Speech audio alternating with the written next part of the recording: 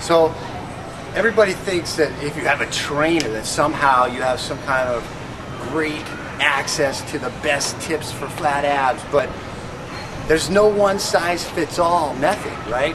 So Josh here, he has some really specific answers to this one size fits all thing. Josh, can you tell us about that? Yeah, most people actually work 8 to 10 hours a day, and most people have seated posture when they have their work.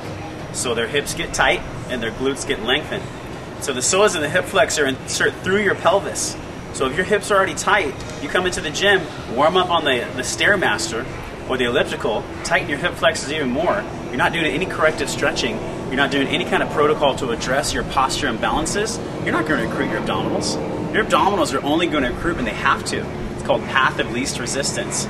So if you ever do crunches with your legs in the air, if you've ever done abdominal exercise, and all you do is feel burning in your legs or your hips, you probably have a tight hip flexor complex, or it's called an anterior pelvic tilt.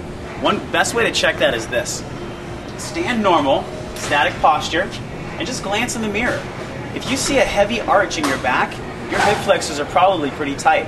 The best way to alleviate that is after your warm-up in the gym, do a split stance, overhead reach, and you're just going to lengthen your hip. So open up the side of your body, stretch your hip, stretch your side body. Hold that for a minimum of 30 seconds.